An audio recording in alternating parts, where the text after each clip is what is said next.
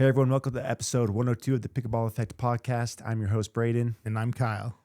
Halloween's over. We can now put up That's Christmas trees, Yeah, get the let's do Christmas it. music started, Peppermint lattes. And peppermint lattes, get that pumpkin stuff out of Yep, here. yeah. I'm not a pumpkin spice fan. Yeah, I'm not super sold on pumpkin spice. Much more in the peppermint, the Christmassy flavors. Christmas starts so early in our house, not because of me. It's all my wife. She is big into getting things up early. Christmas music is starting. I'm actually surprised she hasn't turned it on yet. Do you skip Thanksgiving decorations? Do you guys even do? She goes a little bit light. Okay. But definitely Christmas is as soon as she can. She's obsessed with it. She's got the girls. They're big time Santa believers. Okay. Are you still 100%. into it? Oh, 1,000%. It's so funny to me that you could tell them this story. They just like, I will fight them sometimes. I'll like try to debate and prove that it's false, and they are just like, no, that's not how it works, Dad. Like, have you not seen the signs? That's awesome. It's really You funny. guys do Elf on the Shelf and stuff too? We don't do that one, but I don't know. We do all sorts of stuff. That's I can't even think of it all. My wife's the holiday queen. I just kind of go along with it. But you, how do you guys do Christmas? Do you do it early? Do you wait till after Thanksgiving? I feel like this is a big debatable topic. So I'm gonna start decorating here pretty soon. We're gonna do like a Christmas village. I have like in my kitchen, I have like this overhang thing that overhangs the island that has like lights on it. But I'm gonna like do like a village on top of it, like a little Christmas village. So, all right. so it'll be cool, and then the kids can't touch it too. So it'll be Nice. perfect. Are you gonna have to coordinate gifts to make sure you don't double dip? No, I mean I think me and my ex are very different in the kind of gifts we'll get. So you don't have to worry about that? Yeah, I was gonna say like I'll get them like dragons and video games and stuff like that, and she'll get them totally other stuff. So there you go. So for this week, we got a weekly update. Just some things coming up with Black Friday, Cyber Monday guide. Kyle's got a big note on here. Yeah, that I didn't see till this morning. 3050 is Kyle's. What are we doing there? 3050. We are going to talk about a tactic for returning serves against somebody that absolutely smashes hard serves. So this will be something that you don't think about often, that we were taught by some teaching pros. Yeah, that's a good topic. That's something I've been trying to incorporate into my game a lot recently. How's as it well, been since that lesson? Have you noticed we'll talk any? about it Okay. Then Kyle's Corner. We're going to talk about a new glasses sponsor we're seeing all over the PPA. I don't know if you've noticed this. There's a lot of pros with these new glasses. That's the stuff I noticed, is like all of a sudden these pros are wearing glasses. So I reached out to them and learned a little bit about that. There's another indoor facility coming to Boise that is not the same as the ones that are already here. Oh, wow. We'll talk about some MLP stuff, and then a little bit about Worlds coming up. And then for Paddle, Babble, and Gear, we're going to debate 14 millimeter versus 16 millimeters. This is a topic that I think is just more recently become more debatable. Like, is there a need for 14s as much now as there used to be in the past? Do we even need 14s anymore? So we're gonna debate that, and I'm really curious to hear everyone's comments and thoughts here. So that'll be fun. And then we're gonna get Kyle updates for the Black Opal and the Runout series. Yep, got to play those this week some more, so that's good. And then I'm going to talk about the new enhanced duo paddle, which I'm actually really into. Well, they keep stepping it up. They're doing a good job over there. This one is, anyways, we'll get into it, but I think it'll be popular, and I'm a fan of it. Then we have the Pickleball Apes Charm series. This is their introductory foam paddle, which is also another paddle I'm very interested in. Need a little bit more time on it, but some positive first impressions there. Excuse me. And then we'll finish with just talking through some new paddles that JOOLA launched. Budget paddles. Budget paddles, yeah. So weekly update. Well, I guess we got a sponsor. I've been lagging on getting the pickle. That's the title sponsor. The title sponsor in early, but thanks to our title sponsor, this episode is brought to you by Pickleball Central. Do all your shopping at Pickleball Central. They have everything you need, from shoes, balls, bags, you name it, they got it. Plus, if you use the link in the description, you can get discounts applied to the entire website. Plus, they have a match price guarantee. If for some reason, which you likely won't, if you do see something priced lower somewhere else, you can get it matched from Pickleball Central and still take advantage of their 30-day return policy for paddles and the rewards program. The rewards program is a big deal. Everything you purchase gets saved for points and money that you could put towards purchases down the road. So Next time you need to do your shopping, think of Pickleball Central. Come to the description of any of our podcast episodes. Click on that link, and that will apply the discounts across the board. So that's Pickleball Central. Excuse me. All right. Weekly update. We got an email from 11/6/24 this week. They do a sale every year on November 6th, their namesake date. So this year they're running it from November 6th to November 20th. This is going to be 20% off all paddles other than the jelly beans, which is just 10% off. And then the code PB Effect stacks. So you can get really good deals on their paddles. I still recommend their jelly beans all the time for those people that want that aggressive control style paddle, but want to keep it, budget friendly. And as far as control paddles go, that series still stacks among the best. And then they'll have 20% off their power series plus the extra 10% from PB Effect. So if that's your paddle, go take advantage of that sale or get something for a friend or for gifting or whatever. And then they also gave us an update on paddles. I think a lot of people are wondering when 11/6/24 is doing their next thing. They are said they're planning on launching new paddles January, February. We'll likely get some review units out to people kind of mid to late December. So very cool. Something to look forward to there from 11/6/24. And then within that same vein, I've started collecting all the deals for Black Friday, Cyber Monday. So last year, I just did a spreadsheet of all the deals that I found and just put it all in one place and documented, what they're selling, with the dates they're running, if my code stacks and those things. So I started doing that again. I'll put the link in the description. Go pull that up, save that link. And I'm just going to I imagine I'll get that pretty fleshed out by the end of this week. I'm starting to email owners to get all that information, but I have about 10 or so in there right now. Sweet. But yeah, get ready for Black Friday, Cyber Monday. Go look at those deals and keep an eye on that as that develops so you can plan and get everything you want there. And then you have a couple notes here. Yes. First, I am headed back to Japan in January. It's official. I'm going for some work, but nice. I'm excited to see how pickleball has blown up since I've been back. There's like picklers popping up, and there's like a lot more picklers. Yeah. Are there? Oh yeah. They're planning to open like 100 picklers in the next like couple of years. Holy. Yeah. So it's blowing up. So it's going to be exciting to go back and just see the growth of pickleball since I left. Is it going to be a month-long thing again? No, I'm only going to be gone for 2 weeks, so it'll be a much more condensed. Are you think about extending it? No. It'll be 2 weeks? Yeah, it'll be 2 weeks. Now with the custody stuff, I don't have as much leeway to just hang out in Japan all the time. So. Well, that'll still be super cool. Yeah. Yeah, because you were there super early on. Yeah, it was like the boom had just started. Like they opened their first indoor place. It wasn't indoor. Their first like outdoor dedicated place as I was leaving. Which was like urban sports complex. I think it was the name, Pacific Urban Sports Complex, something like that. So now there's just a bunch more places. They're probably all going to just be smoking you now. Oh, probably. And and I'm excited for that too, to just see how much better everybody's gotten. Like one of the guys I played with, I saw him playing in a pro draw, like a qualifier, but he was like a 3.5 the last time I played with him. So like they're definitely all getting better. I remember you specifically saying how they trained. It wasn't just show up for rec play. It was we show up an hour before, we all train together, and then we play. Yeah, it's very structured. Yes. So 3-hour session, hour and a half drilling, hour and a half playing. Yeah, and like this is not your casual across all show up to the ratings. Pickler and just hang out and play. No, like it's intense. Again, Asia is the future. And then so I ran my marathon this year. And I'm like, what's next? Like, I don't want to lose my fitness or whatever. So I've decided to sign up for the Boise Ironman 70.3 next year. Bro. So if you're listening, my eyes are huge right now.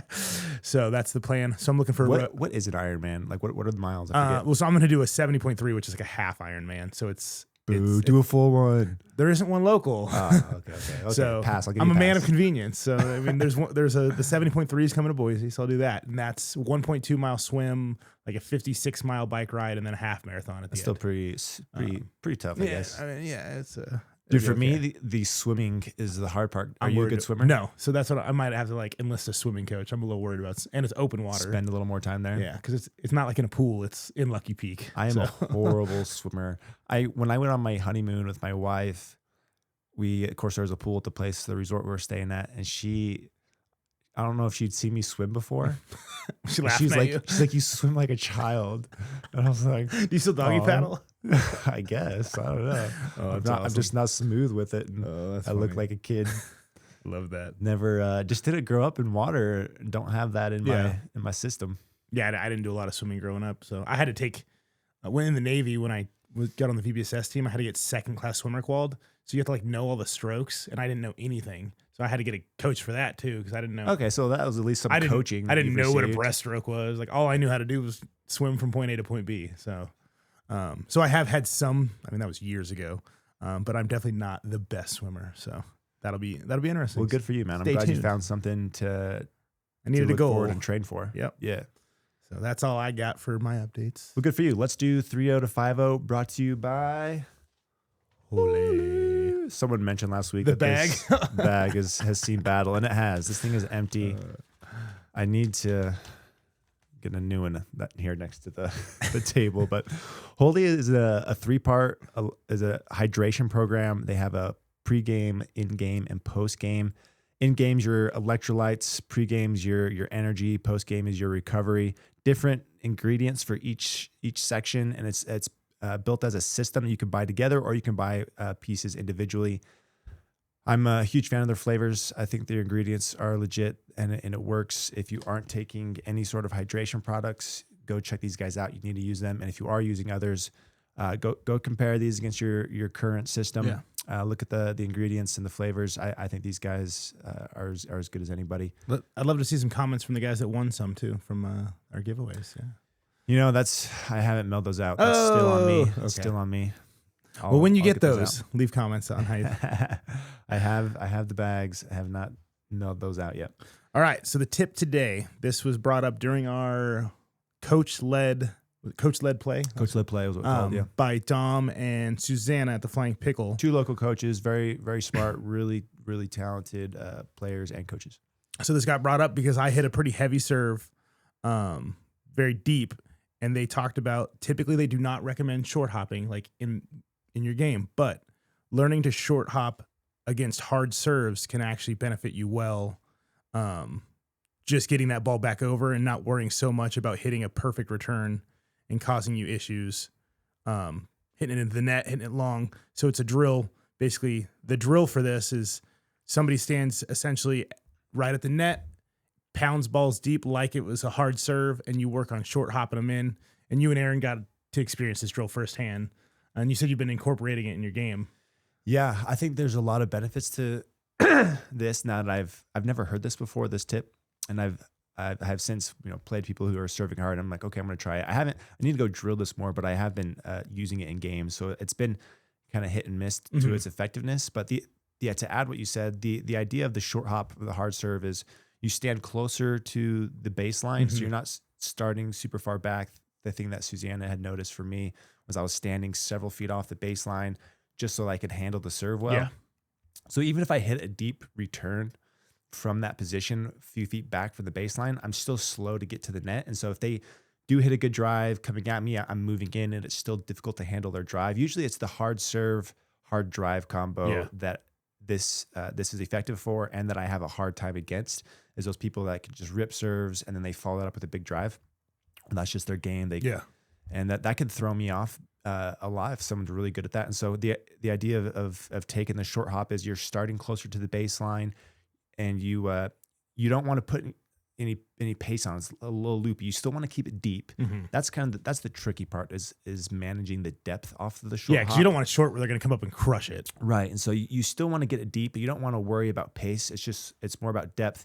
Then you can get to the line a lot quicker, because when you're handling drives, if you want to handle it effectively, 2 big things are you have to be in a stable position. You have to be ready to handle that oncoming drive. Yes. And so if you're running in, you're at a huge disadvantage. It's really difficult to handle those.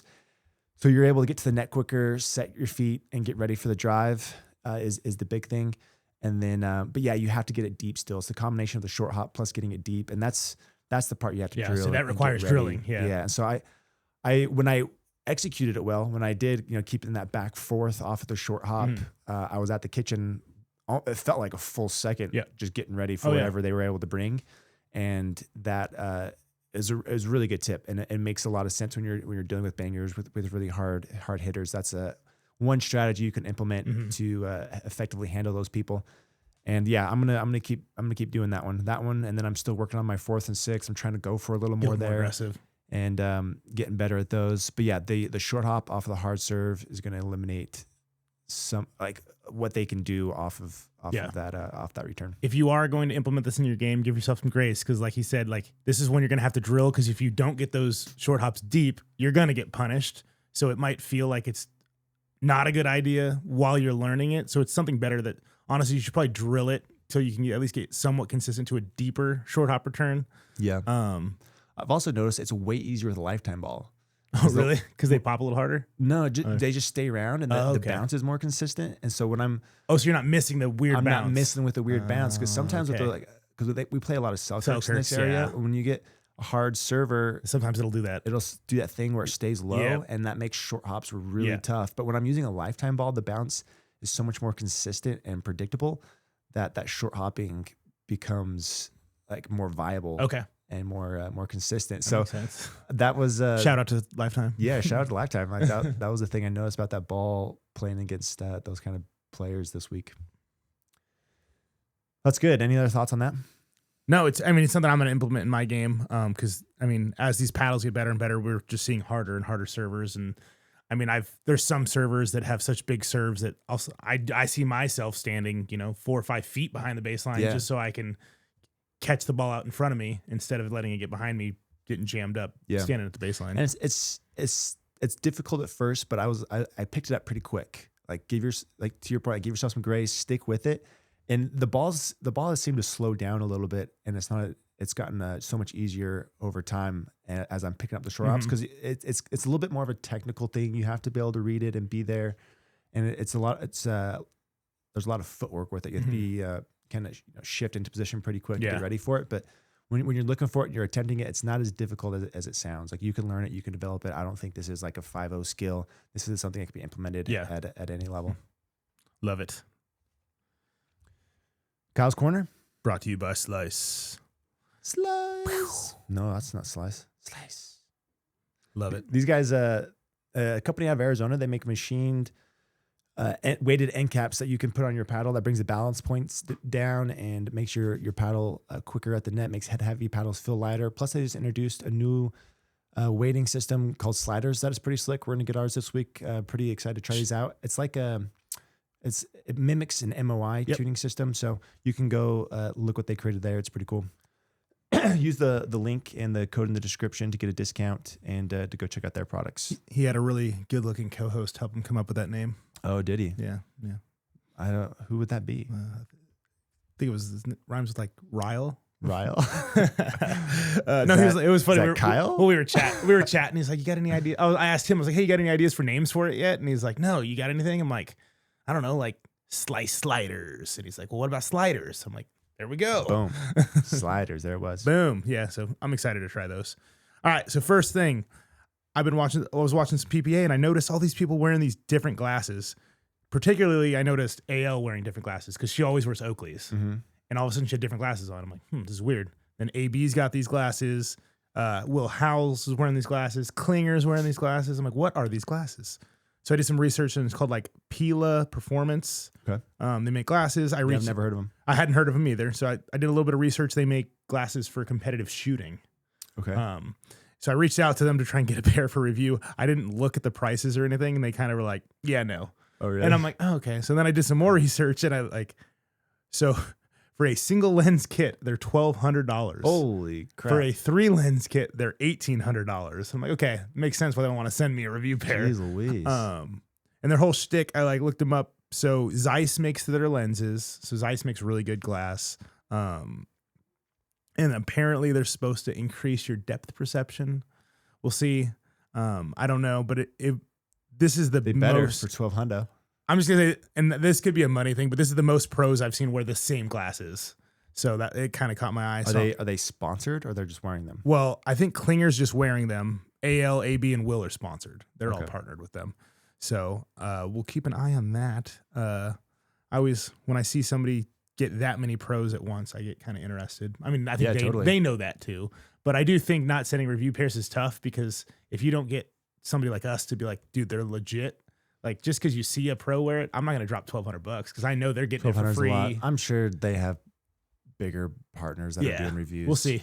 I mean, we'll see. There's not that many people in pickleball doing reviews. You're like the number one, bro. Have they reached out to you? No, you hadn't even heard of them. I don't know why they would. Yeah, slackers, because you're huge, huge. All right, we have another indoor facility headed to Boise. Who is it? Ace Pickleball. So I they feel are like I've heard of them. based out of Georgia. Their whole thing is that they make premium indoor facilities aimed at tennis converts. Like that's like in their That's part of their marketing. yeah. What's that even Yeah, mean? I guess they're just supposed to be like very nice. I don't know. I Other- don't get other that. indoor places aren't nice. Well, I mean, some of them are not as nice. I mean, you have like Sure. like picklers are great, but they're very bare bones, like pickleball. Then you have TFP that has like the kitchen and the mezzanine, and It's like got that's the very. Nice There's definitely like a courts. wide They've range. already Of, like resurfaced it twice. Yeah. Like it's nice. Yeah, like- not call it a crappy. oh no, I was saying no. I was That's saying what I'm saying. Like Ace Oh. is. I was thinking, well, it is nice. But I'm just saying, so like that was their. I was like looking at their marketing. They're in Georgia. They're all over the place, but it looks like they're based out of Georgia. And they're aiming for, it sounds like, kind of the State and Glenwood area. So there is no pickleball over there, and they just shut down Willow Lane. So that's actually a decent place, but I do feel like that puts them in direct competition with Lifetime. That's just down the street. Yeah, and their Lifetime. Maybe they don't call out tennis converts, but they're definitely more premium. exactly. Yeah, very locations. premium. So that's interesting. And it's going to be pickleball only. Yeah. So that'll Wow. be, and Well, I always welcome new businesses. I think it's great. Like it is great. Let's build it up. we'll see if Boise can support it. I hope they can. All right. MLP results. St. Louis defeating Dallas in regulate. Did you watch this? No, I didn't watch So a single actually, thing. I didn't either because it was Halloween and the kids and all that stuff. So I didn't get a chance to watch a lot of this.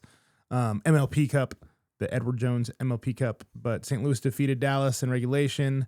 Brooklyn defeats the Sliders in pool play. That team consists of Deckel, Newman, Rohrenbacher, and Kawamoto. That was one of the storylines, right? Like, what are the Sliders going to do? They're coming off the season-ending win. Exactly. Like, Then they didn't even make it through pool play. ouch. What a bummer. So that's over. I think that's it for MLP for a while. We got Worlds coming up. So Worlds is this week, yeah. Worlds in Dallas, right? Yep. And then Tuesday through Sunday with a progressive draw. Worlds is the big one. They have like all these events. There's like a wooden paddle tournament. There's concerts. There's just tons of events. A lot of brands are down there doing launch events and stuff like that. Yeah. And I think from even like a player perspective, this one is hyped up more versus other tournaments. Yeah. Like this one, there's more meaning. Like if there's a tournament that is emerging as a major, I think this is the one. And so there's going to be a little more notoriety for the winners. It's a bigger deal to win Worlds. You get more people there, more eyeballs watching. There's more advertising for it. And so there's more to this tournament. So this will be a fun one to watch. Everyone's going to bring their A game, and we'll see what happens. But yeah, that'll be this week. You can tune in on Pickleball TV and YouTube and places. Actually, it's not on. You can watch highlights on YouTube. Yeah, you don't watch on YouTube it'd be good. anymore. But yeah, this one is supposed to be this for like the amateur player. This one's more of an experience than some The of the amateur other side is so cool. some of the other events. So we'll be watching. Hopefully, we'll pick a little better this week. Yeah, for our we'll see. I got my picks in this week. We'll see how they do. Okay. Okay, let's go to Paddle, Babble, and Gear. So let's debate 14 millimeter versus 16 millimeters. I think for a long time, almost at least all the major brands, excuse me, geez Louise. Usually when they release a series, they release it in a 16 millimeter and 14 millimeter. Recently, we've only been seeing new releases coming in at 16 millimeters.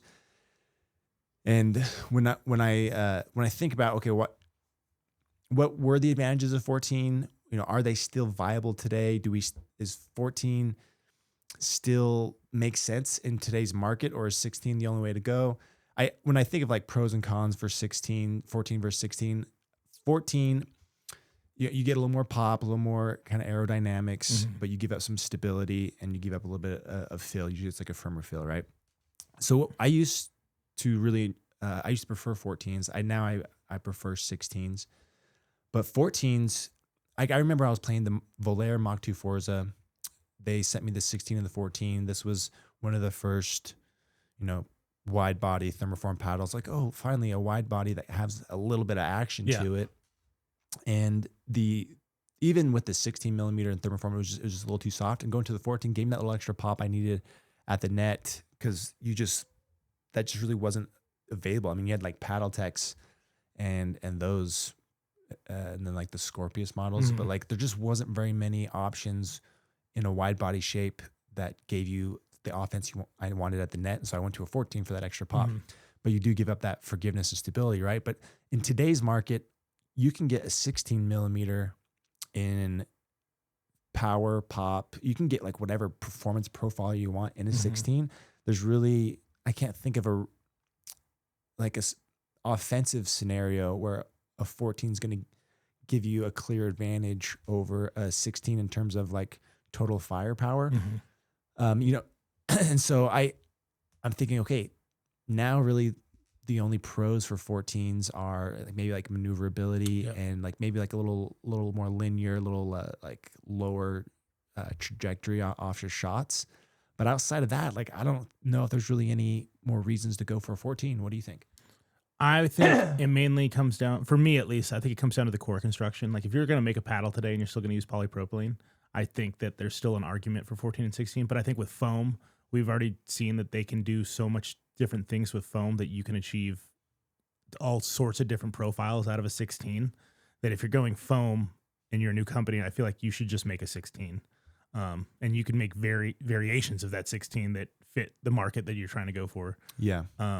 But I think with polypropylene, I still think the 14 provides the more pop than the 16. And like, I still think there's an argument if you're going to make a paddle today in polypropylene, do two versions. I feel like foam 16 is the way to go. And again, now we have all these different, you could argue that maybe 14 is the way to go with foam. And then you have this internal weighting system now, but I still think 16 overall is the better option. The big thing for me is just the stability. The forgiveness of 16s is so much better than 14s. It's pretty night and day difference. And that advantage you get makes a huge difference on court. And like that'll come into play a lot while you're playing. And so, I'm of the same mind. Like I think the need for 14 is not really there. Yeah, for definitely diminishing. Foams. It's definitely diminishing. And we're still seeing some 14 releases. You have Carbon that's sticking with 14. I remember when they were coming out with their 14s, they were arguing that 14's the future. We can make the sweet spot as big as we want, but that hasn't proven true. Yeah, not yet. I think the floating core 16 foams are much more forgiving than the Carbons, and so that's something that hasn't been solved in 14s yet. The Black Opal's another 14 that's releasing. And the reason the Opal and the Carbon went thinner is because they're using such dense foams that are heavier, and they just have to do it for cost savings, or not for cost savings, for weight savings. Yeah. And it's not necessarily for like the performance benefit. It's just what they had to do to keep the weight down. And both the Opal and the Carbons do take a hit, forgiveness wise. Yeah. And so to me, like stability is just too important, comes into place too much to go, like to give 14 an edge over 16 in the modern kind of foam market. And so that's where I'm currently sitting. And it's tough to sell me on a 14 at the moment. I think like to go all in on it and just think it has the complete package. Is that your kind of I agree. I agree. I think 16 in our current generation of foam, I think 16 is the way to go. That could change whenever we come out with whatever the next core material is. Maybe. We'll probably have to have this debate again at some point. But I think in the foam generation of paddles, 16 is the way to go. Yeah, maybe that's what it is. To your point, like foam has just opened up the performance possibilities, and we're seeing everything in 16s. And I'm not sure if 14s really give you much of a benefit anymore. Anyways, let us know what you think. Like, do you play 14? I mean, even before foam was a thing, 14s were usually less common. Yeah, and now with them being less available, plus the performance we can get from foam plus 16, I can't imagine there's too many people that are playing 14s right now. So if you are playing a 14, give us your case. Why are you doing 14 over 16? And for those who are playing 16s. I'd love to hear everyone's thoughts and take here. Are 14 millimeter paddles still relevant in today's market? If you do go 14, there has to be something special to make it worth it. Like in the case of the Black Opal, there are some very special elements to it with its feel and the power generation you can get from it that can justify the 14 and the little smaller sweet spot you have to deal with. But with like the carbons, because they're kind of that all cordy, although they play well, there's nothing that like kind of makes up for the smaller sweet spot per se. And so there has to be something special with a 14 to make it viable and potentially worth switching to. But in general, I don't know if we'll see many 14s. I don't think so. Anyways, that's just something I kind of been thinking of and noticed recently. But yeah, let us know your thoughts there. Let's do get some updated thoughts from Kyle. So I've shared my thoughts on the Black Opal, the Runout. The Black Opal from 6-0 is releasing November 9th. That's this Sunday. So this is their big release. It's been 2 years since they've come out with something this innovative, this big, this different. And so a lot of an excitement and anticipation around this one. I'll have my video and written review ready for that on this Sunday. It's a bit of a nuanced review where like the paddle is the paddle is so fun to play with. There's some really unique attributes to it, though the sweet spot I do think is on the smaller side, which is going to be challenging for some players and is keeping me from just going all in on it. But even with that, there are some reasons that people are going to want to go play that and at least just get it and put it in their bag and have to pull out just for fun. But that's their big kind of new flagship model that they're launching, and it's going to be the start of what's next for them. So you got your Opal, you've put some time on it. What were your thoughts on it?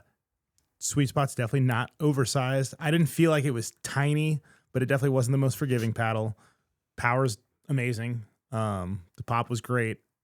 Insanely unique. Like the first hit, I was like, whoa. Right. Yeah, I was like, what was that? The like dense, soft feel in combination with kind of the springiness. Yeah, it was weird. If you press on like the outsides, it's kind of squishy. Oh no, I didn't do that. I always push on my paddles. So like on the outside of the Opal, it's pretty squishy. Okay.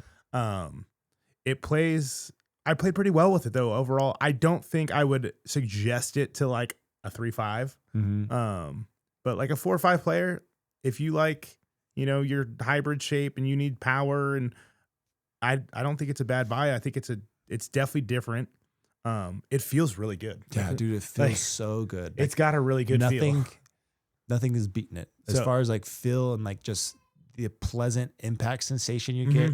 It's number one for me. I was playing basically side by side with the Loco, and I was just going back and forth, and like both great paddles. The Black Opal definitely just smashes though.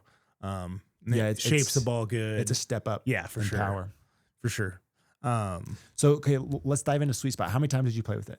I've probably put a total of 3 hours on it. So is that 1-2 sessions? 3 sessions. Well, yeah, 3 sessions total. So just kind of mixing with other paddles. Yeah, because I usually do is I go with 3. Like yesterday, I went with 3 paddles. I played a 2-hour session, and I ended up playing a little bit with the Loco, but I played the Loco's my main. So I kind of just like play a game with that, and then I play the rest with like the Opal, and then the Runout was what I was playing yesterday. So did you play it stock first? Or did you throw it on? I played it stock first, and then now I've got 3 grams, the pre-weighted tungsten, basically right below the 0 of the 6-0, just on the sides.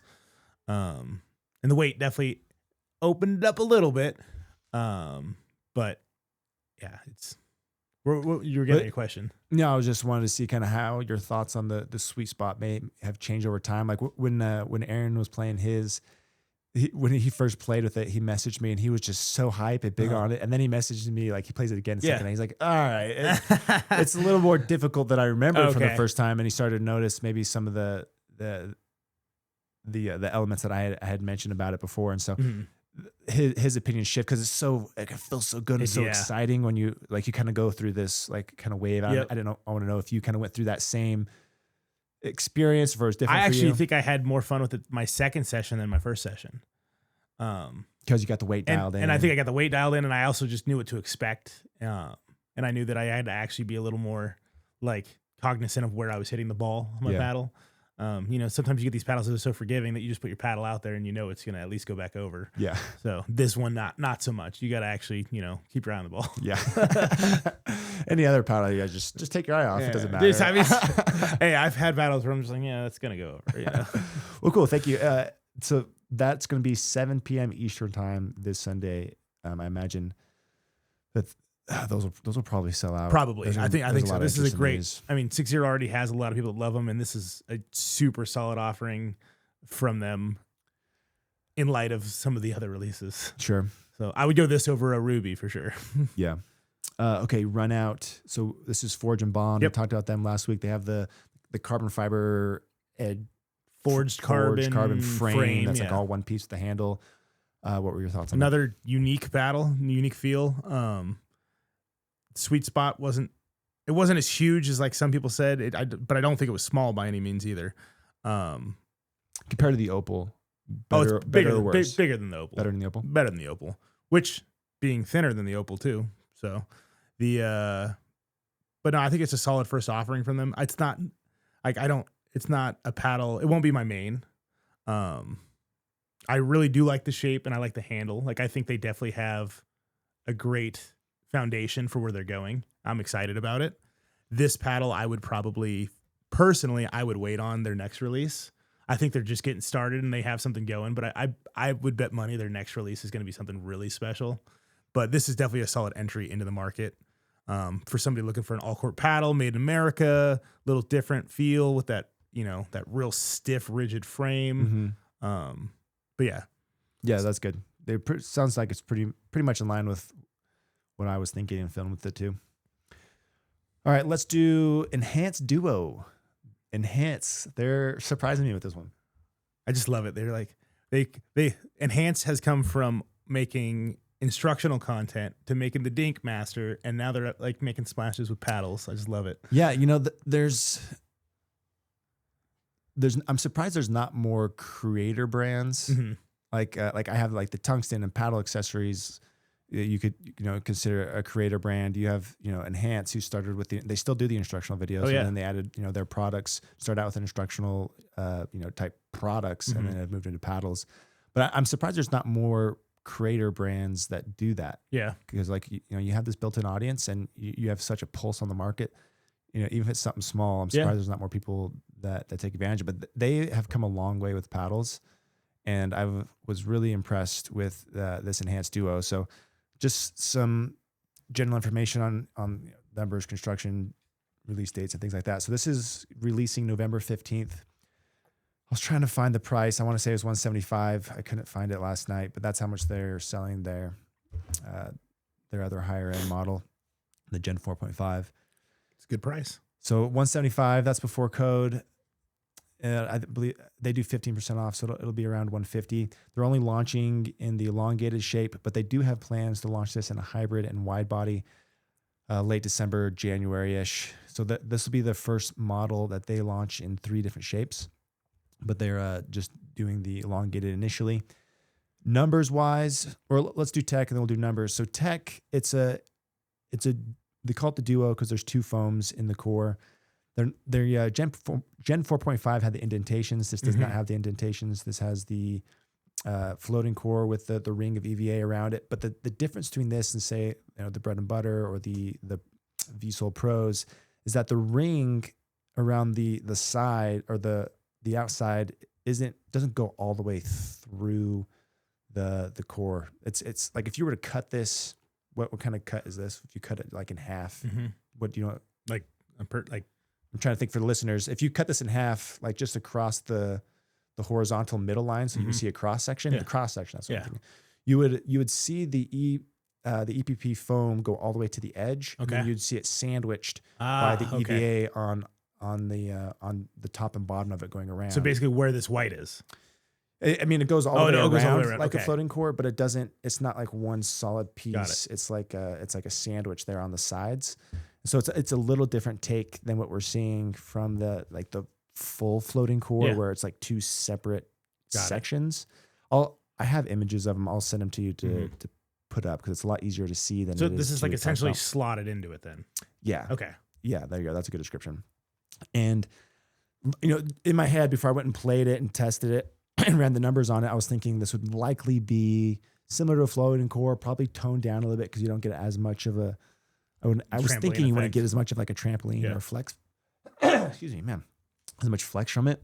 But for my power and pop tests, it's right there with the other ones. Like the Okay. power and pop is still there with the VSOL Pros. It's right there with those. So you're not losing any offensive ability going through this, but you do get a different feel, and that's the big difference that I'm really into, and that I think kind of feels like a gap in the market here. So it's crispy like those other floating foams, but it's not nearly as hollow feeling. Okay. You get a little more dense sensation, but That's it's probably not from the sandwich. it's not a muted dense. It's like a crispy feel. Like you know that stiffer, crisp feel that we're getting from the float. Like you still have that sense of that, but it's not as hollow, which I personally connect with better. And I don't think there's another paddle that gives you that same feel right now, because you kind of have two camps. You have like these stiff, hollow, more hollow paddles that people have been loving. And then you have like the J2NF and the Vatic Pro VSOL Powers that are more muted and dense and soft. And there's nothing in between. This is the in between. And so if you like the idea of that crispy feel, that responsive, lively feel that you get from those floating cores, but just aren't attracted to that hollow sensation, this is going to be the one. And so I was, for my game, I'm not crazy about that super hollow feel. And so I gravitated to this more personally. And I imagine there's a camp there that are going to like that. And then it was, as far as the numbers go, this is a 190, at least the unit I have was, well, I guess I can just read it so I don't get these wrong.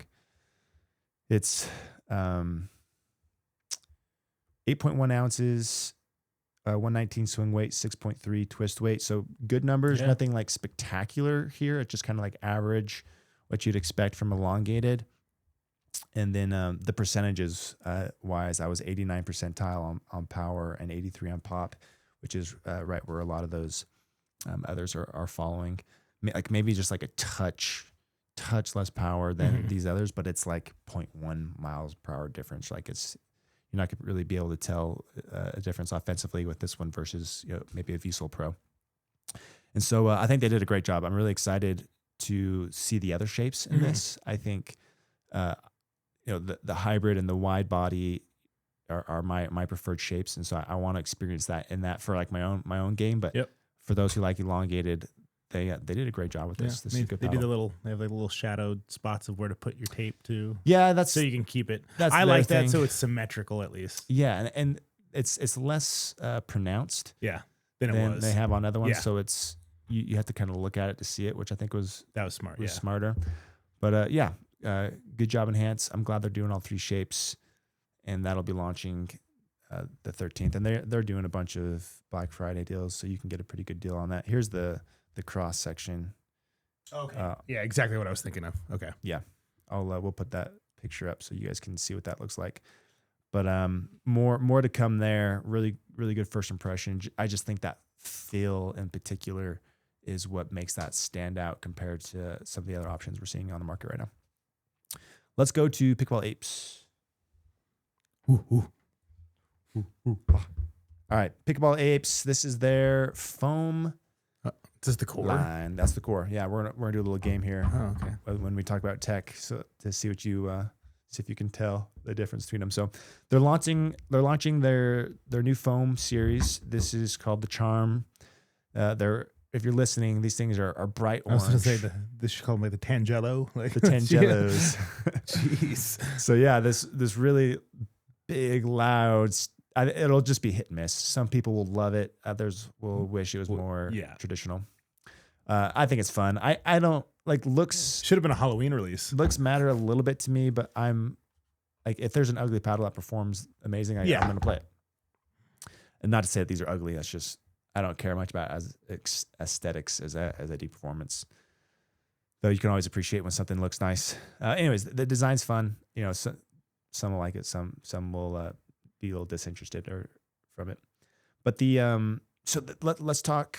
I guess look at number or date. So I think I said November 15th is when this launches. November 13th is the note you had. Okay, thank you. 13th. These launch 13th. The Duo launches the 15th. Yes. So the Charms launch on the 13th for it'll be $199 before code. The tech here is following the foam in the four corners of their Harmony series. So they just have the 4 slots here, and then the foam center core extends to the middle. So it kind of looks like a cross, like these examples they sent us here. But the difference here is the core itself they sent us these samples. If you're listening, I have 2 core foam samples, one with their technology and one without, so you can see the difference here. The one with their technology has these horizontal incisions. Yep, I see them going across the middle of the face here. They're 25% deep. They're on both sides. The idea is that it adds some flex and a little snap back when you swing bigger, and that definitely comes into play a little bit when from my numbers and when I was some of my play impressions. But so this is the core that has the incisions. You can, I don't know if you can see it in the light very well there, but there's more flex to it. And then this is the one without the incisions. So here's the game I want to play with you. I want to make you close your eyes. I'm going to hand you one of these. Okay. You're gonna flex it. Okay. And you have to tell me which one is the incision and which one is not. Okay. So eyes are closed. Eyes are closed. There's the handle. Just flex that front face. Okay. Okay. And then here's the second one. Oh, that's easy. Which one was it? It was that one. First one was the one with the incisions. Yeah, you got 100%. Yep. So there you go. There's definitely a noticeable difference. Yeah, way more flexible. In the much I would say like 30%. Like, yeah. So it's a pretty fun kind of clever design here, and it's fun. Like, I love it when brands are introducing something a little bit different. But I like that they're kind of sticking with their 4 corner thing here. So their Harmony series had the polypropylene core and these 4 corner foam insertions, and it was more control-y, right? Mm-hmm. And so something about this design and extending this middle core piece out to the edge reduces power some. And I imagine it's because you just don't get that same kind of trampoline. Like, it's all not all connected, not one piece that's moving back and forth, right? There's a little more resistance here with these edge pieces. But this is going to add a little bit of power, right? Yeah. And so, or at least that's the idea of it, is it's going to give you a little more, something to add some power to it. But going into it, I was thinking, it's probably not going to be as powerful as some of these others because of the way they have the design here. But it's got to be something. I was hoping for something a little more with the incisions. Yeah. And they were. It did. It gave me a little bit more. The numbers came in high 70s, low 80s for power. And then on the pop side, it was right around the 70th percentile. So nice. This is pretty close to the level of the like Honolulu NFs. Okay. And the NFs to me now are not, I would not consider them power paddles anymore. No. I would consider them kind of like aggressive all court. Yeah. There's just been so many power paddle releases that have just dwarfed those, right? Yeah. And so this is actually really refreshing and nice to play something that wasn't just super high powered. And so when you play with them, like I connected and was able to pick up and play them, like immediately, because they're toned down a little bit, but there is still some offensive power. So the big question was, okay, do you feel that kind of snap back or that the flex on bigger swings? And so in my tests, when I was doing my power and pop, when there were 1 or 2 readings with each one that were just like noticeably higher than the others. And I imagine, I don't know if I swung a little bit harder on those, or whatever it was, I was able to engage the design a little bit in the core. But and when you're playing, my play impressions were, yes, you can access a little bit more power sometimes on putaways and serves. Yeah. But you have to be able, you have to activate it, right? Like someone like you who can generate their own power, you're going to find this power more than someone like me who just doesn't have as much swing speed and power behind the ball as you do. And so you probably won't experience this power if you can't generate your own, because it has to be activated. I think back to there was that big trend last year where we had the activation, like the fiberglass layer buried in the deep. This behaves a lot like that, where in general, you're getting this all court performance on counters, drives, field, just everything's just kind of all courty until you really lay into one, and then you can find some access to some power. And so I think it's a great profile that's to ideal. have. That's going to be ideal for a lot of people. And so I love the performance profile these have, where it just feels and behaves like an all court until you need that power. But you do have to have some strength and some ability to access it. Like I think the CCF design, with the fiberglass buried, I think that's a little easier to access that power than these do. These you have to have a little extra on it. But that's the only time I felt like these incisions came into play, was when you're really swinging big. Like I didn't notice it so much on resets, dinking. Like it didn't seem to be a factor there. It just kind of felt like an all court paddle in those situations, right? And so you get this really neat profile that I think is really good and beneficial for a lot of players, and it fits a lot of players' games and needs. Feel wise, you have very dense, muted feel. It's not a crispy, hollow feel. It's quite the opposite. It's very much dense and more softer, more muted, but it's not over the top. It's not like a Selkirk Lux Soft. It's not a 007 or like a Blue Core Soft. Yeah. It's definitely a step up from that. You still get some feedback. It has a little bit of firmness to it, where you have some feedback and sensation behind the ball, which is good. But it's not quite the same feel as I guess it's more similar to a Vatic Pro, VSOL Pro, kind of that same ballpark in terms of kind of plushness and more of a dense feel. Though it's subtly more firmer than those VSOLs. But and definitely denser than the NFs. The NFs kind of have like this light, soft sensation. This is more of a dense, soft sensation. So like the performance, the feel is nice. The only like drawback so far that I've discovered with these is I'm just not crazy about their shapes and weight balance. So I'm holding the V. This is the wide body. This is to me, what I think is going to be the best paddle in this series. This was the most popular shape in their Pulse line. I think this will be the most popular shape in their Charm line as well. So looking at the specs for the V, so mine weighed 8.14 ounces, swing weight of 111, twist weight of 7.36. So really strong numbers here, like really high twist weight. 111 is a great spot for a wide body to be. It's got enough weight behind it where it doesn't feel like you have to add weight to add some plow through.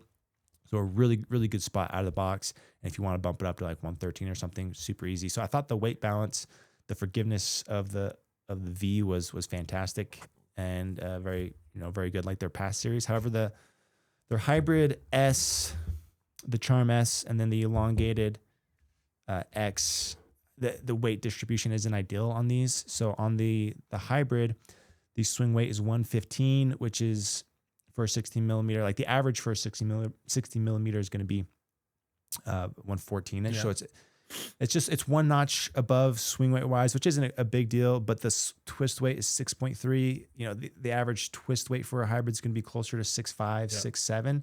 So you have a little higher, just a touch higher swing weight, but you'd hope that the twist weight would go up with it, and it doesn't follow it. So in order to bump up the twist weight, you have more weight that's kind of fighting you there, and the head heaviness. And so that's and the dimensions of it, I think, is part of why we're seeing these numbers. So they shortened it, like it's shorter than the elongated, but it's about the same width. So it's like 16.25 by 7.5.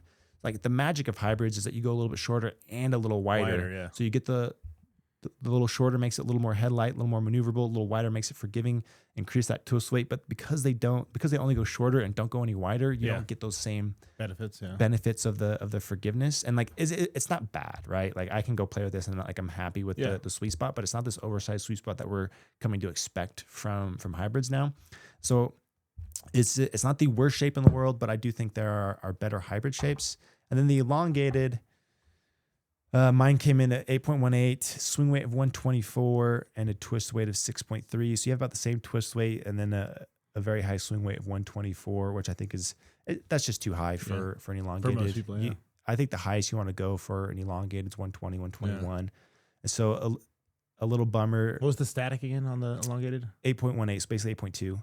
Yeah, so I mean, if I weighted that up, I'd be pushing the swing weight real high. Yeah, and so tricky to customize with that weight. And again, kind of the same thing where like, okay, we're bumping up swing weight. We would at least hope for like a 6.5 maybe on the twist weight side of things, and we're not getting that. So kind of I think the hybrid is still, still playable. I think people are still going to enjoy that.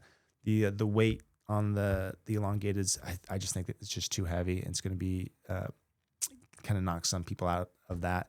Though the V is super solid. So wide body's the way to go. Yeah, I think the wide body's the way to go. Can go hybrid, and I think the elongated is a tougher sell. But as far as the technology and performance profile, I'm going to keep hitting these, and we'll give you guys more information later. But the really, really cool idea with the tech, where it's just the activated. It's not just all gas all the time. We really don't have very many all cordy type foams yet, and so this slots in nice, and it comes in at 200. You have like the true foams, you have these, you have the NFs. Those are, and then you have like the new Blue Core Edge. Yep. Those are really the only foams you have flirting or hanging out in that all court space. But so I think they slot in nice and do bring a unique performance profile that are going to fit a lot of players. But yeah, more information to come there. And then last note I had here is JOOLA. So JOOLA just kind of randomly launched a new budget series. JOOLA has always been like just more power. This is the only series we offer. This is like the first time they're coming in with a series that's intentionally not as powerful as their like front line. Like this isn't just a re-up of their current flagship models. They're bringing in some more legitimate budget friendly options. Tech wise, there's nothing particularly exciting about these, but I'm just gonna list off prices and tech so that you're kind of just know what's going on there. So they released a single Hyperion Vision. This is the original Hyperion Vision. Yep. Which when that thing was released several years ago, I loved that paddle. That paddle was all over the place. That thing was awesome. Just a real lightweight, elongated control paddle.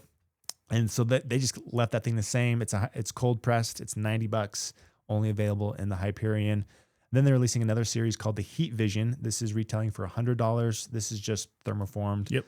They have a new feature called SK Film, which is like a type of composite layer. I don't know too much about it. You do some research, but they have imagine that as just like another facing layer.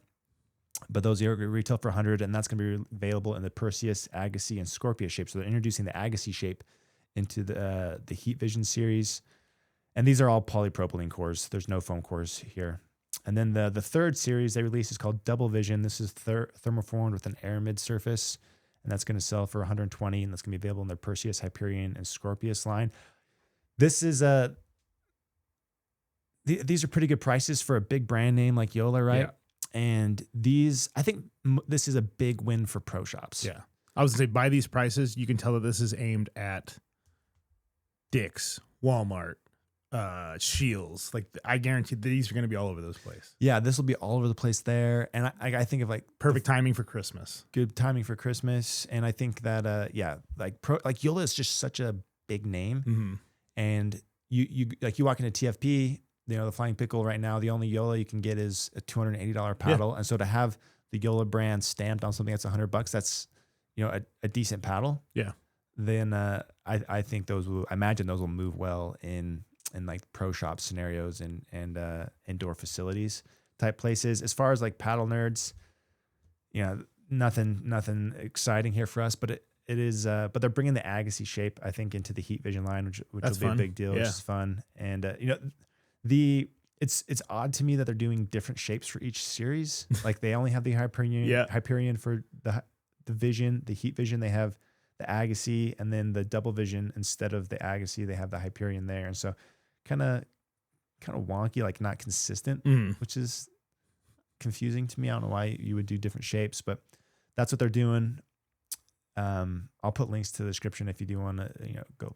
Yeah, I don't know if you remember back at Vegas, but Austin actually did mention the SLK foam or that foam. Oh, or not the foam, the film. Yeah, he actually did mention it. I can't remember. He like briefly touched on it because he was the one who decided to use it. Okay.